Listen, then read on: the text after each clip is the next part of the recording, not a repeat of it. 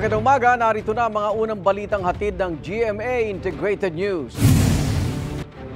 Nasaksihan ng GMA Integrated News ang ilang beses na pambobomba ng tubig at pagbangga ng mga barko ng China sa BRP Datu Sanday ng Bureau of Fisheries and Aquatic Resources o BIFAR sa Escoda Shoal. Sinadyang banggain. You are within the Philippine Exclusive Economic Zone! Pasok muna po tayo saglit.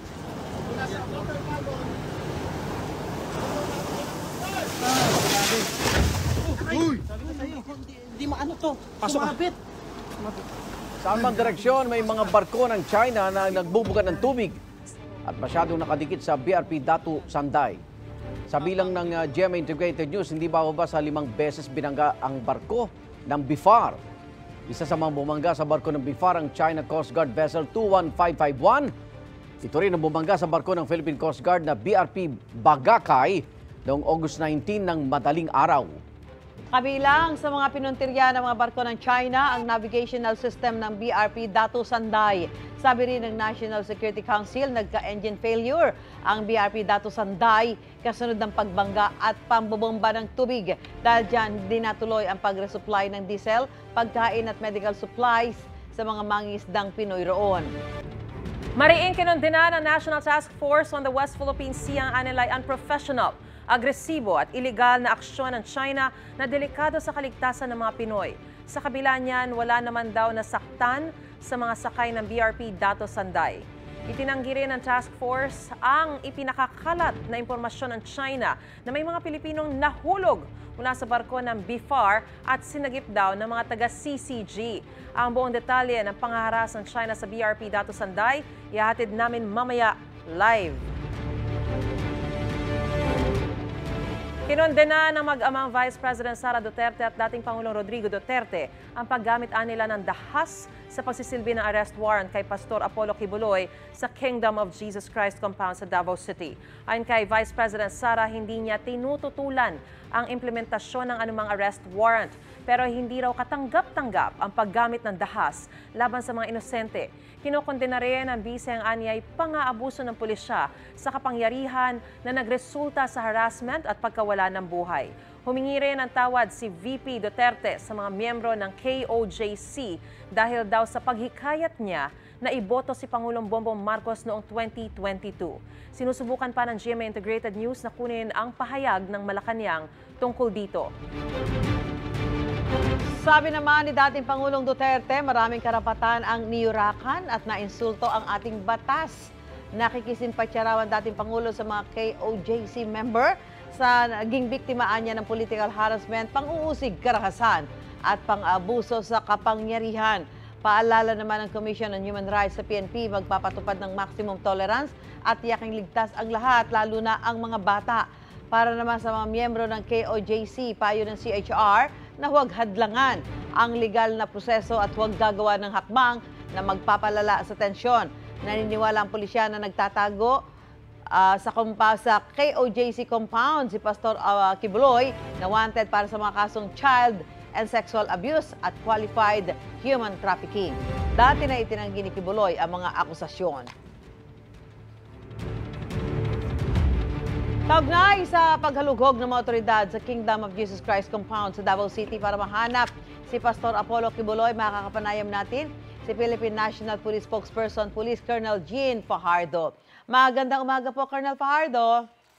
Magandang umaga po, Ma'am Susan. Apa, Colonel, ano ang reaksyon ng PNP sa sinabi ni VP Sara Duterte at dating Pangulong Rodrigo Duterte na nagkaroon ng abuse of power at harassment sa ginawang paghalugog ng pulisya sa Kingdom of Jesus Christ compound?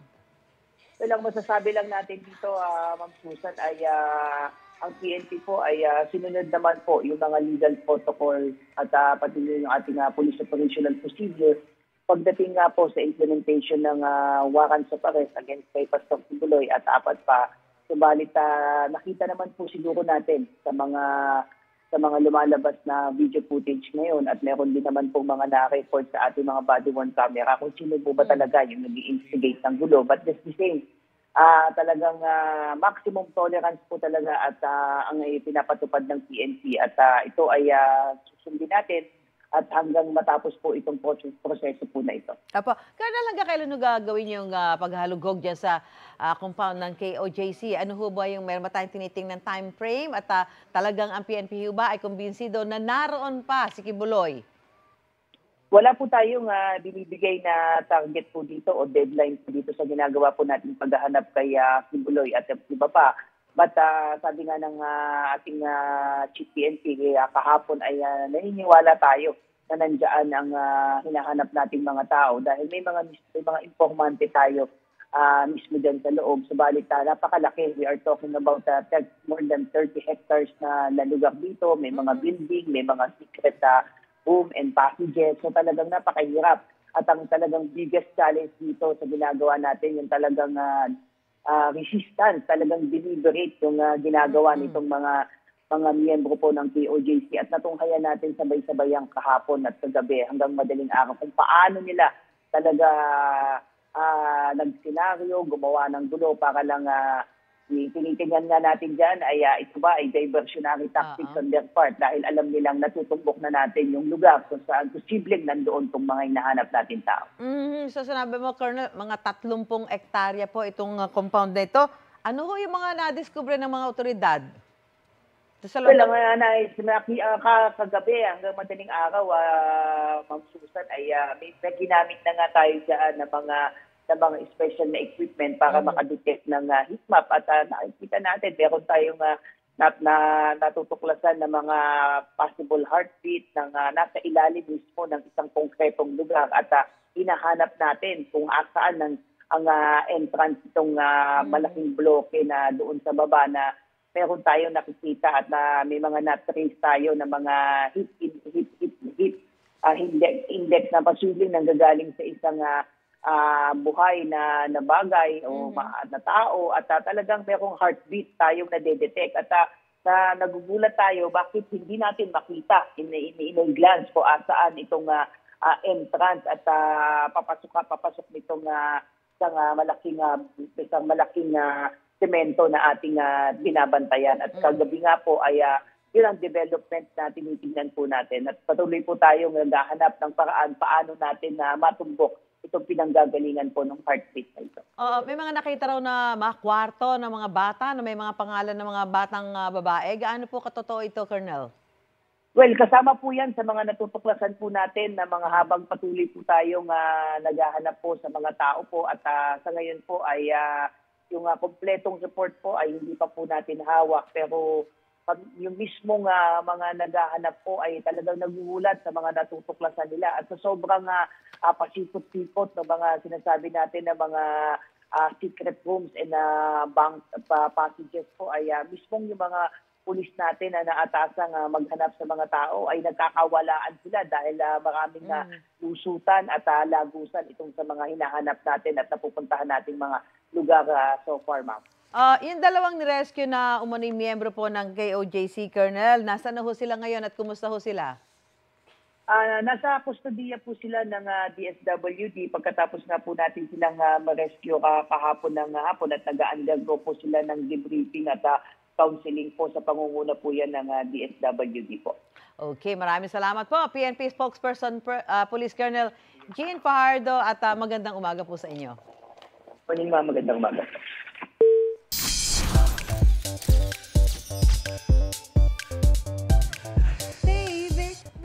Baby, oh! Sabi, kanta lang walang movements. Okay. So, eto na. Certified parents na ang Hollywood couple na si Justin at Hailey Bieber. Isinilang na ni Hailey ang first baby nila ni Justin. May pasilip si Daddy Bieber sa paa ng kanilang baby boy na si Jack Blues. Trending ang photo with almost 20 million hearts. May nang i-announce ng A-list couple ang kanilang pregnancy, kasabay ng pasilip sa kanilang renewal of vows. Baby, Congratulations po. Baby, oh, like baby. Nakaranas muli ng pangaharas ang barko ng Pilipinas mula sa China Coast Guard sa loob ng ating exclusive economic zone. Binangga at binomba ng China Coast Guard ang BRP Datu Sanday ng Bureau of Fisheries and Aquatic Resources. Gitang China, ang Pilipinas ang iligal na pumasok sa Escoda Shoal. Pinabulaanan niya ng National Task Force for the West Philippine Sea at sinabing unprofessional at agresibo ang mga ginawa ng China. Live mula sa West Philippine Sea, may unang balita si Ian Cruz. Ian. Igan, sa mga sandaling ito ay nagpapatuloy nga ang paglalayag namin. Sakay kami ng BRP Datu Sanday ng Bureau of Fisheries and Aquatic Resources. Nakahapon nga lamang, Igan, ay nasa 6 na beses na binangga ng China Coast Guard na kasama pa ng militia vessels at halos 30 minuto yung intense na pagbomba sa amin ng water cannon. Ang maganda lang, Igan, ligtas ang lahat ng tripulante nitong BRP Datu Sanday. Gayon din ang mga embedded na media kasama na ang GMA Integrated News. Grabe. Sobrang dikit. Stop it! Grabe. What are you doing? Stop it! Yan po, ayan. Tinamaan na naman po ang ating barko. Hinarang, pinalibutan, saka ilang ulit na binangga ng China Coast Guard vessels 21555 at 21551 ang sinasakyan naming BRP Datu Sanday ng Bureau of Fisheries and Aquatic Resources. Matatanaw rin ang Chinese militia vessels sa paligid. Hanggang sa 4103 po mga kapuso. Pasok muna po tayo saglit.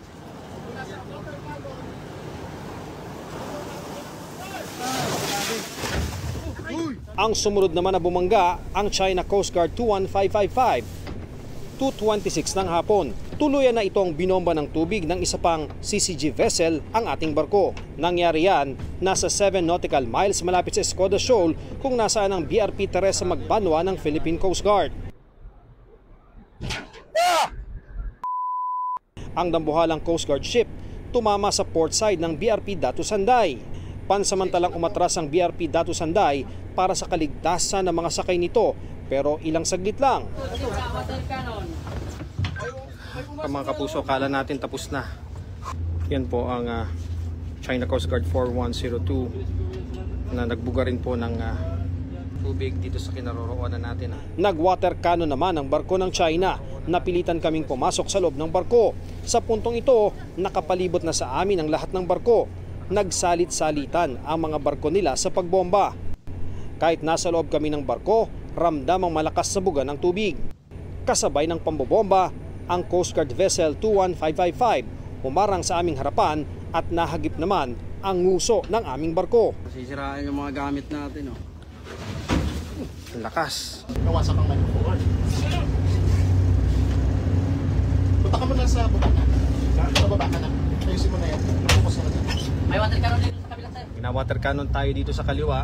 Tapos may humaharang naman. Ayun, bumangga na naman. 5. Ika-5 bangga na po yan. Ang China Coast Guard. Yan po. Malakas na naman po ang water cannon. Tayo. Babanggain talaga. Water cannon pa. Sa isang punto, ang China Coast Guard pinupuntirya ang aming navigation equipment sa itaas.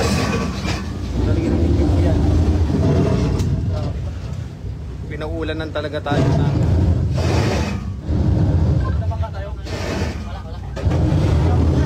malakas. Sa bubong na tayo tinitira. Pinangga ba tayo? Sinisira yung ano, sir? Sinisira nila Mga equipment. yung navigational equipment natin. Yan po, mga kapuso. Hindi po natin alam kung hanggang anong oras po tayo makaka-live. Kung mawalan po kami ng navigational equipment. Lahat ng CCG naka-water cannon na. Halos lahat po ng CCG or yung China Coast Guard vessel All CCG. ay naka-water cannon na po.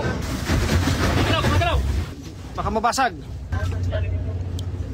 Mga kapuso, narito tayo dun sa pinakaloob ng bridge. Dito tayo pansamantalang nagkubli dahil nga halos lahat na po ng mga China Coast Guard vessel ay naka-water cannon. At yung iba naman ay talagang dumidikit ng todo sa atin at nabangga na naman muli tayo. Sa bilang ko ay hindi bababa sa 5. Maaari po kapag nawala po yung aming live na ito, maaaring nawala na po yung navigational aids po namin dito. Sinabi ng China Coast Guard, nagsasagawa sila ng anti control measures matapos na illegal daw na pasukin ng barko ng Pilipinas ang Escoda Shoal na tinatawag ng China na Xianbin Reef. Sinabi rin ng China na may sinagip daw silang Pilipino na nahulog sa dagat, sabay babala sa Pilipinas na itigil ang anti infringement natin, pero pinabulaanan nito ng BFAR.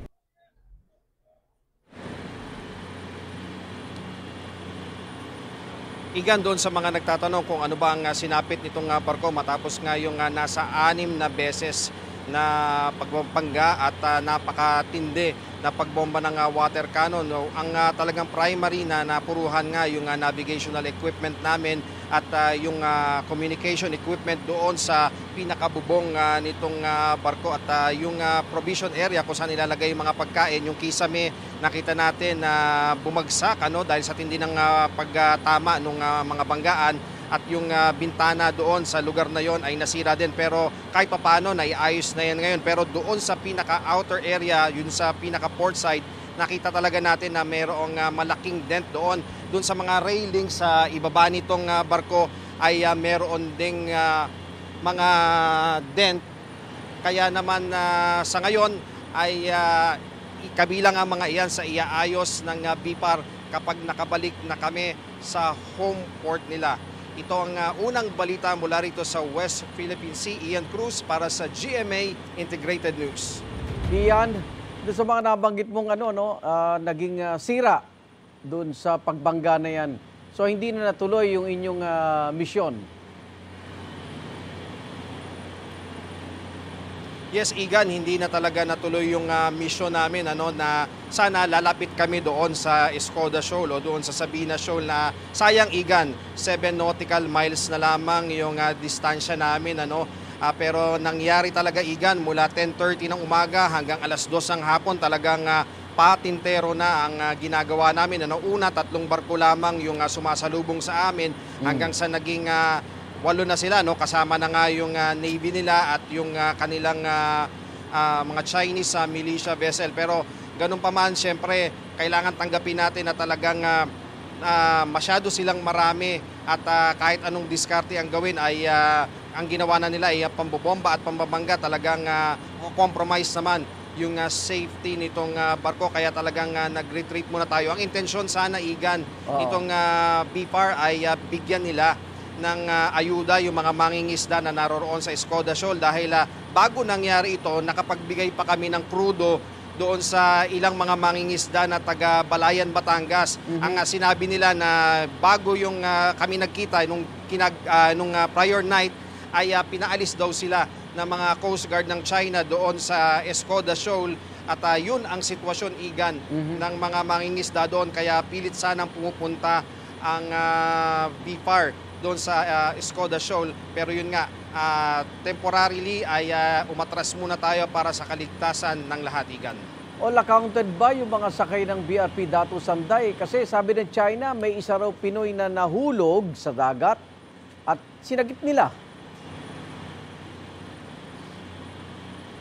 Nako, Igan, talagang ang masasabi namin, wala, kompleto talaga ang mga tripulante at opisyal nitong BRP Datu Sanday. Even kaming mga embedded media, yun nga ang una namin ginawa, Igan.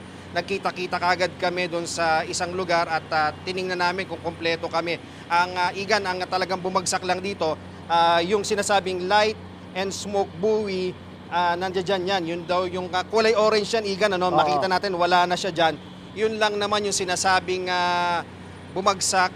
Marahil yan yung nakita ng mga Chinese na bumagsak, pero hindi natin alam ang intensyon ng China kung bakit may sinasabi sila na mayroong tao na nagman overboard dito, Pero ang hinala naman ng ibang kasama natin dito dahil sinasabi kasi nga na mayroong Teresa Magbanwa doon sa Escoda Shoal, baka maaaring ang intensyon nila is para mag-react ito, Igan. Okay, maraming salamat at ingat kayo dyan.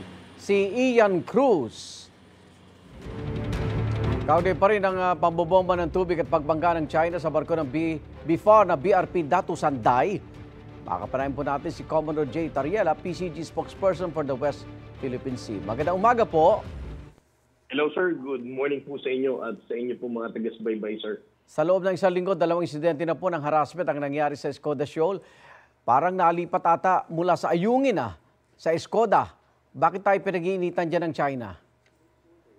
Well, una sa lahat sir, ang pinaka-ulot dulo lang naman ito why China is overreacting ito sa Skoda Shoal. Kasi ito yung deployment ng Teresa Magbanwa since April. Opo. For so many months, they are asking and criticizing the presence of the Philippine Coast Guard vessel there. Sinasabi nila na ito daw ay semi-grounded na, ito daw ay gagawing forward deployment base. And they even filed a diplomatic protest asking us to remove our Teresa Magbanwa in Skoda Shoal. So every time, sir, na may dadaan dito na barko, whether it's Philippine Coast Guard vessel or even BFAR vessel, kasi kung titingnan natin, nung nakaraang insidente ng BRP Cape Engaño and BRP Bagakay, dumaan lang ito with a distance of 12 nautical miles away from, 20 nautical miles away from Sabina. Binangga na nila. Ngayon, kahapon, papunta pa lang sila from a distance of 14 to 7 nautical miles. Ganitong katindi na rin yung ginawang deployment ng Chinese Coast Guard para mapigilan ng BFAR vessel. So we can just assume that the reason why China is overreacting is because naniniwala sila sa sarili nilang paranoid narrative, na merong dahilan tayo na i-reinforce natin ang presence ng Teresa Magbanwa. Opo. Pero yung BRP Datu Sanday ba, wala hong escort na Philippine Coast Guard? Iba ho ba kung meron silang kasakasamang PCG? Well, actually sir, ang BRP Datu Sanday ay merong kasamang isang BFAR vessel. Okay. Dalawa talaga itong BFAR vessel na to na umalis ng Orion Bataan, tumungo ng Pag-asa, and then eventually went to Hasa-Hasa. So, naghiwalay lang sila from Pag-asa because the other BFAR vessel went to Iroquois Reef. Doon sa Rizal Reef, sa may bandang Recto Bank. Ito naman pumunta sa Hasa-Hasa. So, but eventually, they are going to meet up while they proceed doon sa home port nila sa Bataan. Ngayon, regarding your question, sir, would it be a different scenario if there is a Coast Guard vessel na kasama sila? I don't think it will change the behavior of China Coast Guard. Dahil sabi ko nga, sir, last week nga, 2 Coast Guard vessel natin, tahasang binangga ng China Coast Guard vessel. So, it doesn't really make any difference kung may Coast Guard vessel na kasama ang BFAR. Sa kabila nito, tuloy ang ating mga humanitarian mission pa rin sa Skoda Shoal? Yes, sir. Gaya po na sinabi kanina ni Ian, the BFAR vessel in cooperation with the Philippine Coast Guard, we are still doing humanitarian mission para magpaabot ng tulong sa ating mga mangislang Pilipino. Not just in Skoda Shoal, but even in other areas kung saan makikita natin na mayroong mga mangislang Pilipino na nagpapalagi dito at yun ang pinupuntahan ng BFAR at ng Philippine Coast Guard, sir. Medyo iba na yung pagiging agresibo ng China, so depende ito sa DFA kung another protest na naman, pero hindi pa rin ba yung Mutual Defense Treaty magamit pag ganito? Well, I would trust the Department of National Defense and the Armed Forces of the Philippines to decide on this, sir, for the DFA, of course, they also are responsible in the diplomatic approach ng ating gobyerno. So, sila rin ang may authority when it comes to this kind of strategy, sir. Opo, kasi ang napapansin po ng ating mga kababayan, linggo-linggo, parang normal na yung ganyan sitwasyon, ano? Well, I wouldn't say it's manu-normalize in a way na masasanay ang ating mga kababayan Pilipino.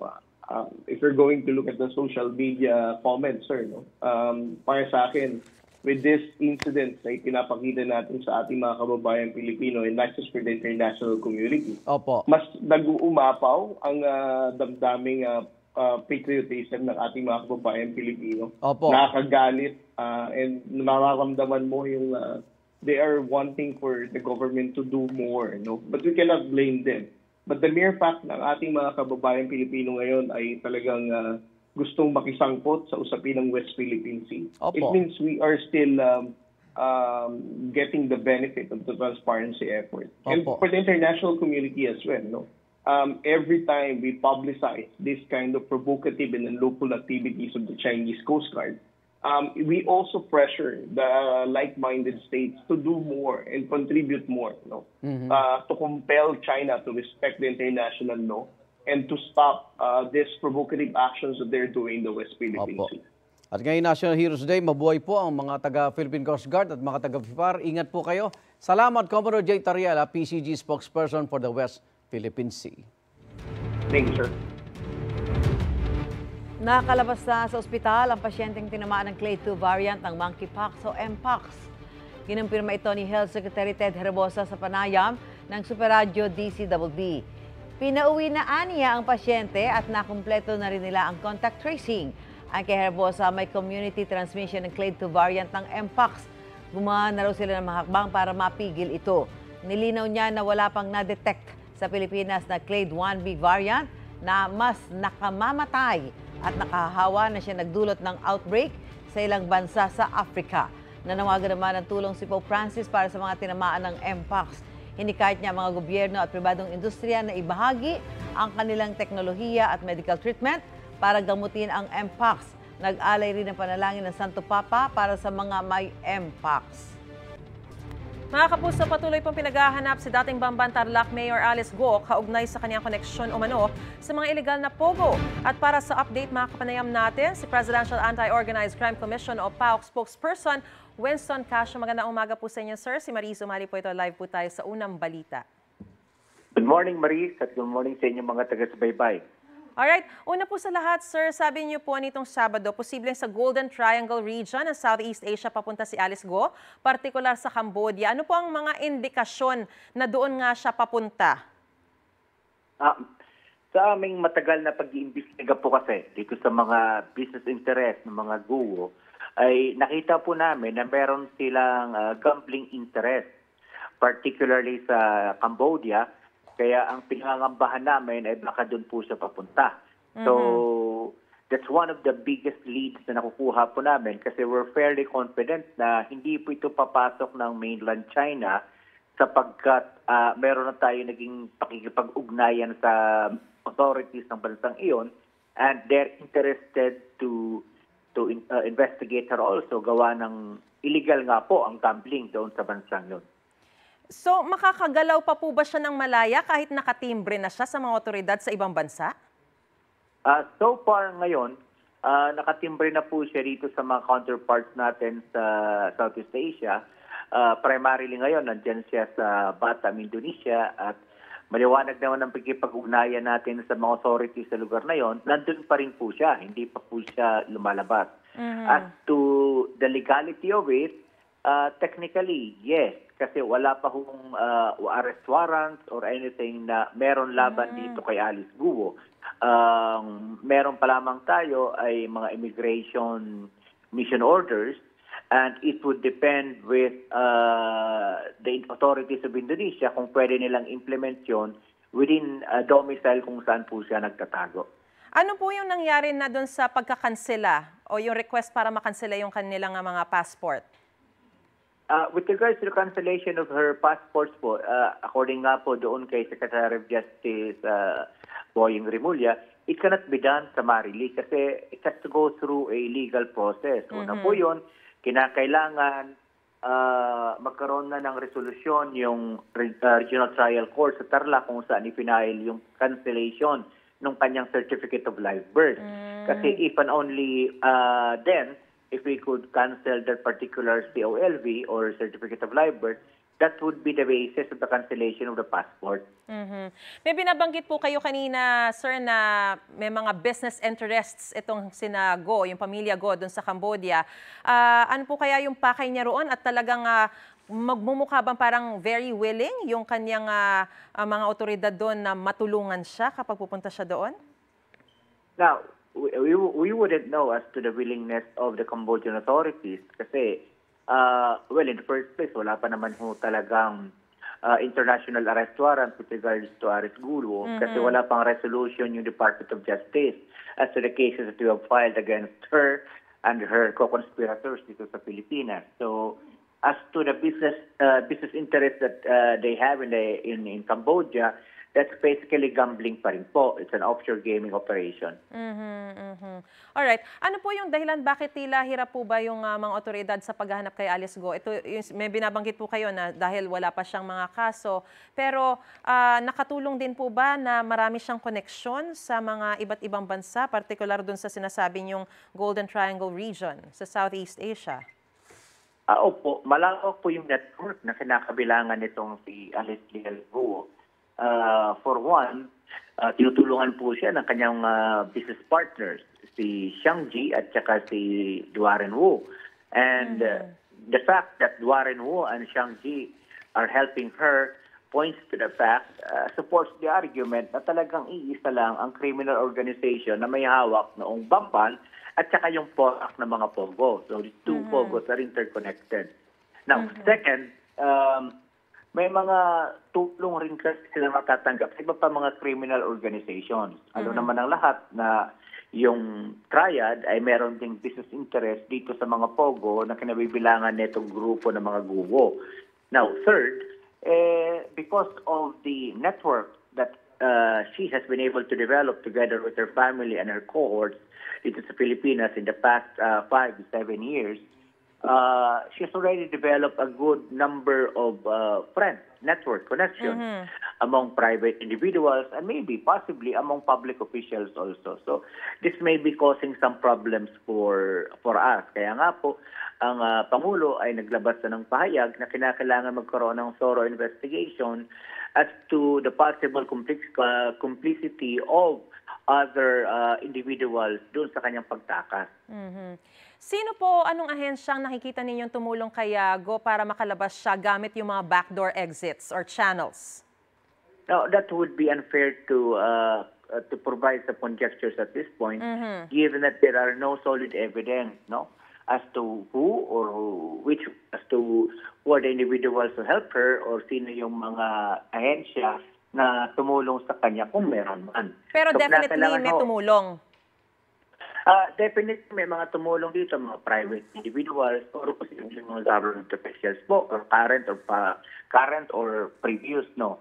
So kasi napakalawak po napaka-complicated po nung kanyang ginawang pagtakas. Obviously hindi po siya nakatakas gamit the immigration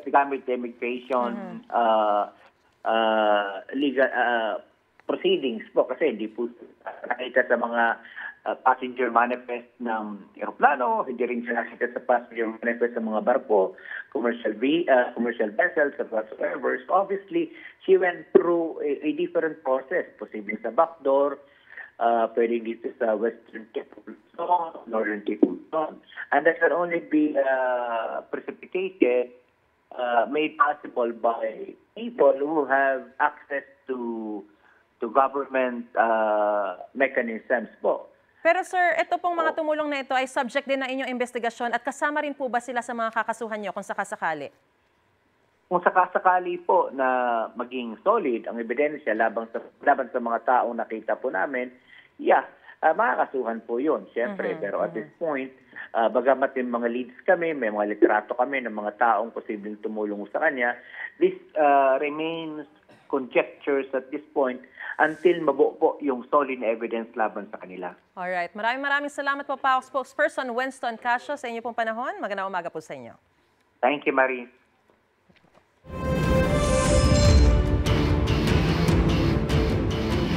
Wala pong kadala-dala. May mga motorcycle rider na namang hinuli ngayong umaga matapos dumaan sa EDSA busway. Ang isa sumemplang ng subukang tumakas. Yan ang unang balita live ni James Agustin. James.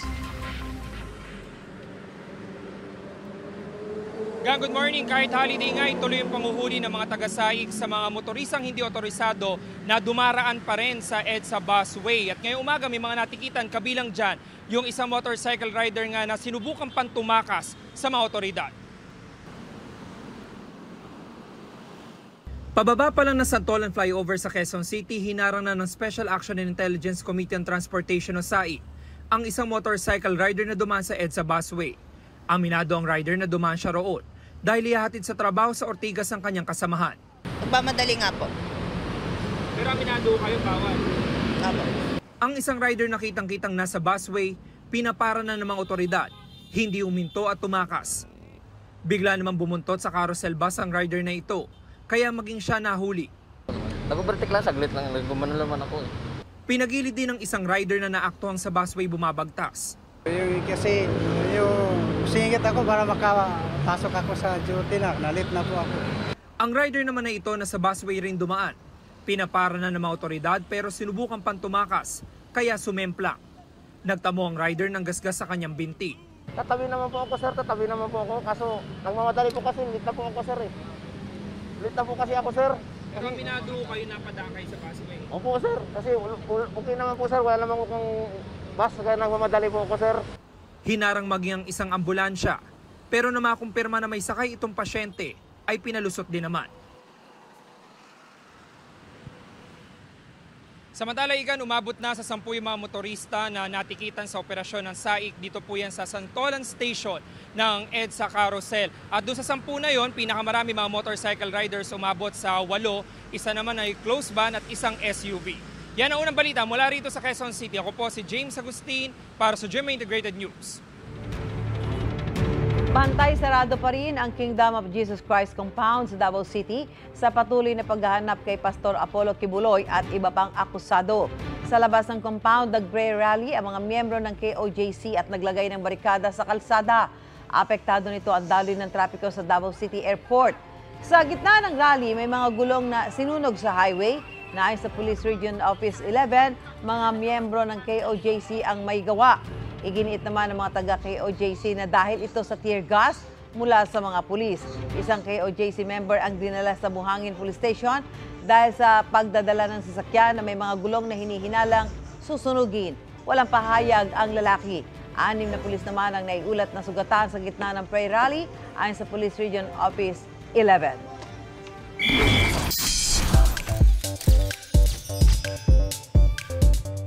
Kwento ng challenges at success ang tampok sa pagtatag documentary ng SB19. Umaasa ang P-Pop Kings na magsisilbing inspirasyon nito sa marami para abutin ang kanilang mga pangarap. May unang chika si Nelson Canlas. Dinumog ng 18 ang premiere night ng SB19. Pagtatag the documentary, nagpapasalamat sina Stel, Justin, Pablo, Josh, at Ken sa pagmamahal ng mga dumating sa special event nila. Ayon sa P-Pop Kings, masisilip daw sa docu ang ilang challenges na kanilang pinagdaanan sa mga nakalipas na taon at sana'y maging inspirasyon daw sa marami ang kwento ng kanilang tagumpay. This night is very special for us, so sana po maging isang milestone din po ito for everyone. Nasa mga nakasama namin sa journey namin as SB19. And ayun po, maraming salamat for joining us tonight. And ngayong gabi po matutunghian po natin ang storya ng SB19 at buong pagtatag. Mapapanood ang limited screening ng documentary sa ilang piling sinihan mula August 28. Ito ang unang balita. Nelson Canlas para sa GMA Integrated News.